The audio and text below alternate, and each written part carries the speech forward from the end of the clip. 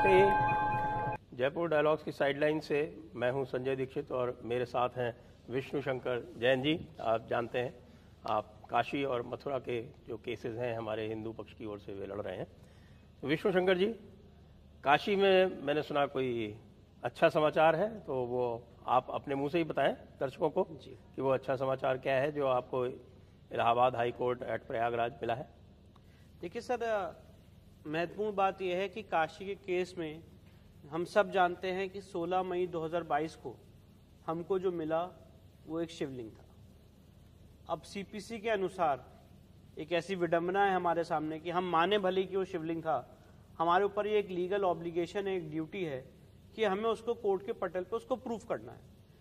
अब कैसे प्रूफ किया जाए, तो इस इंटेंशन से, इस मंशा से section 45 of Indian evidence act और ऑर्डर 26 रूल 10A में व्यवस्था है कि कोर्ट एक साइंटिफिक इन्वेस्टिगेशन या एक्सपर्ट ओपिनियन ले सकता है। इसी मंशा से कि शिवलिंग कितना पुराना है, कब से वहां पे एग्जिस्ट कर रहा है, कितना डीप तक गया है, इसका क्या अर्घा है, क्या लेंथ और ब्रेथ है, इस चीज को पता लगाने के लिए हमने एक एप्लीकेशन मूव की थी माननीय डिस्ट्रिक्ट जज वाराणसी के सामने। उस एप्लीकेशन पर भ्रम फैलाया गया कि शिवलिंग की कार्बन डेटिंग की मांग की और शिवलिंग डिस्ट्रॉय करने की मांग की।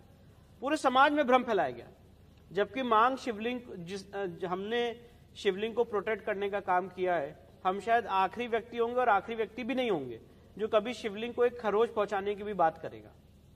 तो हमने मांग की थी कि शिवलिंग की साइंटिफिक इन्वेस्टिगेशन हो, इस मंशा से, इस आइडिया से कि ये पता लग सके कि इसका क्या पेरिफेरिया है, इसका क्या लेंथ और ब्रेथ है, कितना डीप तक ये गया है, कितना पुराना है, कब से एग्जिस्ट कर रहा है।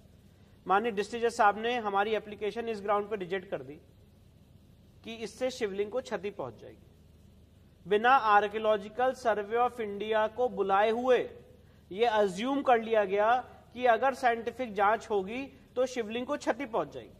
अच्छा, मजे की बात यह है कि जब हमने एप्लीकेशन ये फाइल की थी तो अंजुमन इंतजामिया ने उसका ऑब्जेक्शन फाइल किया और ऑब्जेक्शन में पहली बार ये कहा कि ये शिवलिंग नहीं है, ये फाउंटेन है, और अभी ये एडजुडिकेट होना बाकी है।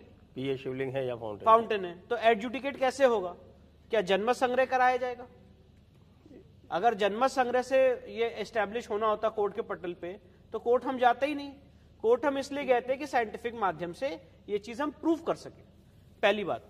दूसरा, जो माननीय डिस्ट्रिक्ट जज वाराणसी साहब ने, डिस्ट्रिक्ट कोर्ट वाराणसी, इसी मुद्दे पे कि इस पर तो इश्यू बनाना भी आपके लिए आवश्यक हो जाएगा। बिल्कुल, तो यदि इश्यू बनेगा तो उस पर ट्रायल होगा, तो हम एविडेंस कैसे लीड करेंगे? कैसे लीड करेंगे हम एविडेंस?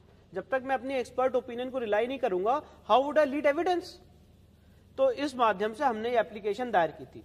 तो पहली फाइंडिंग ये थी कि अगर ये साइंटिफिक इन्वेस्टिगेशन होगा, शिवलिंग डैमेज हो जाएगा बिना एएसआई को बुलाए हुए, बिना एएसआई का वर्जन लिए हुए।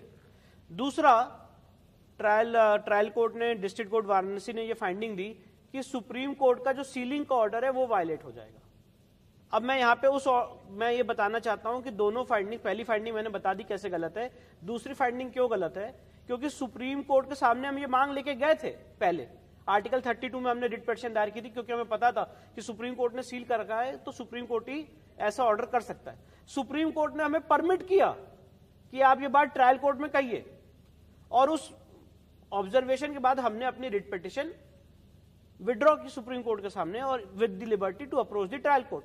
साथ ही साथ 20 मई 2022 के ऑर्डर में सुप्रीम कोर्ट ने लिखा है कि ट्रायल कोर्ट या डिस्ट्रिक्ट जज साहब पूरा ट्रायल कंडक्ट करेंगे और इसमें जो भी एप्लीकेशन पड़ेंगे उसका निस्तारण करेंगे।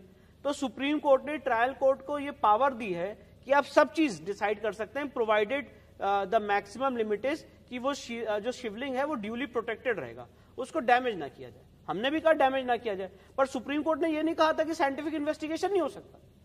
तो ये दोनों फाइंडिंग गलत थी। इसको हमने रिवीजन पिटीशन फाइल की इलाहाबाद हाईकोर्ट के सामने। अभी इसकी परसों सुनवाई हुई माननीय इलाहाबाद हाईकोर्ट के सामने, और इलाहाबाद हाईकोर्ट ने, मैं आपको बताने मुझे बहुत हर्ष हो रहा है, बहुत खुशी हो रही है, इलाहाबाद हाईकोर्ट ने हमारी पिटीशन एडमिट की। उसमें सारे राज्य सरकारों को, प्राइवेट पार्टीज को, अंजुमन इंतजामिया को नोटिस जारी किया है, और साथ ही साथ जो हमारी इंटरिम रिलीफ की एप्लीकेशन थी कि एएसआई को कॉल अपॉन किया जाए और उनसे इस पे एफिडेविट मांगा जाए कि ऐसी एक्सरसाइज बिना शिवलिंग को डैमेज किए हुए आप कैसे कंडक्ट कर सकते हैं, उसका एक फॉर्मूला कोर्ट के सामने रखे। उस पर भी माननीय कोर्ट ने माननीय इलाहाबाद हाईकोर्ट ने एएसआई से भी उनका जवाब मांगा है, उनका एफिडेविट मांगा है और अगली तारीख इस मामले में 21 नवंबर निर्धारित की गई है।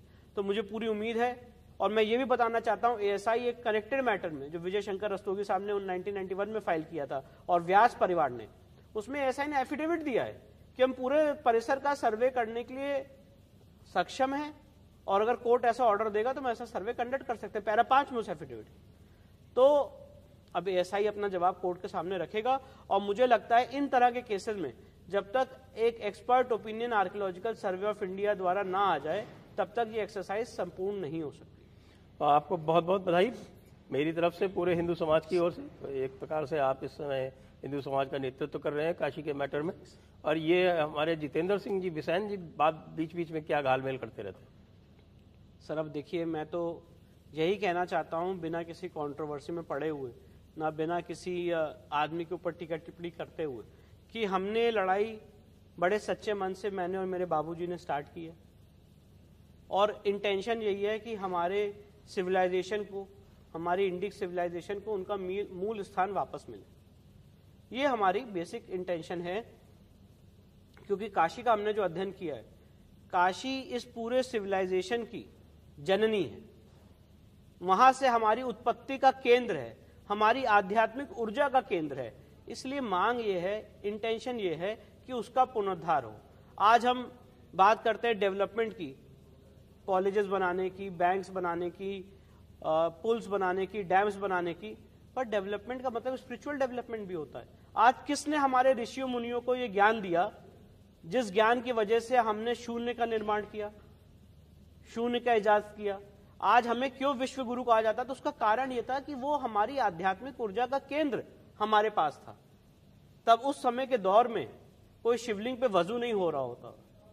तो इसीलिए आज हमारी मंशा ये है कि जो हमारी सिविलाइजेशन है उनको उनका हक मिले, हमारे जो आराध्य हैं उनकी बेअदबी ना हो, और जो हमारे हिंदुओं का मूल स्थान है, बाबा आदि विश्वेश्वर का मूल स्थान है, वो मूल स्थान हम मुक्त कराएं और कोर्ट के माध्यम से कराएं, अपनी बात कोर्ट के सामने लीगली रख के उस डिस्प्यूट का रिजोल्यूशन हो।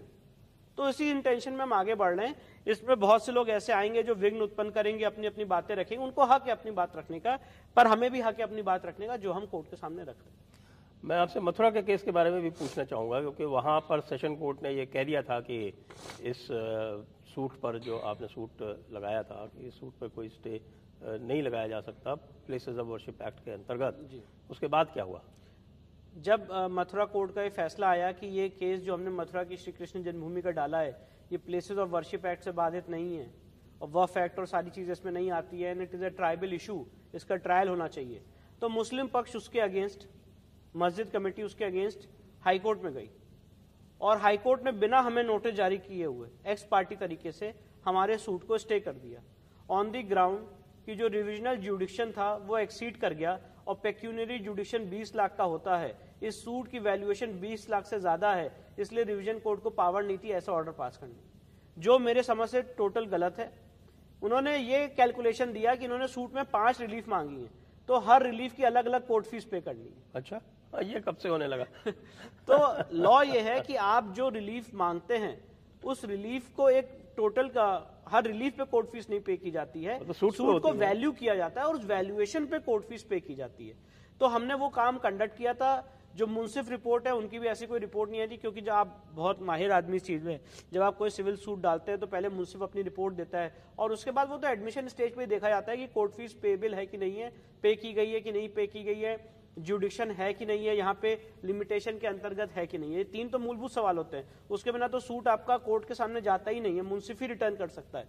तो ये सारी चीजें एक गलत आर्गुमेंट माननीय इलाहाबाद हाईकोर्ट के सामने रेस किया गया। हमने उस केस में counter affidavit, vacation of stay application हमने डाल दी है जो माननीय इलाहाबाद हाईकोर्ट के सामने पेंडिंग है। 7 तारीख को वो मुकदमा माननीय इलाहाबाद 7 नवंबर को लगा हुआ है और पूरी कोशिश रहेगी कि हम अपने आराध्य 7 नवंबर जी कल, और पूरी कोशिश यही रहेगी कि अपने आराध्य के मूल स्थान को मुक्त कराने में सफल होंगे। आपको हमारी तरफ से और समस्त हिंदू समाज की ओर से बहुत बहुत शुभकामनाएं। आप इसी प्रकार अपने उद्यम में लगे रहें अनवरत और सफल हों, हम सभी सफल हों। बहुत बहुत धन्यवाद। जय हिंद, वंदे मातरम।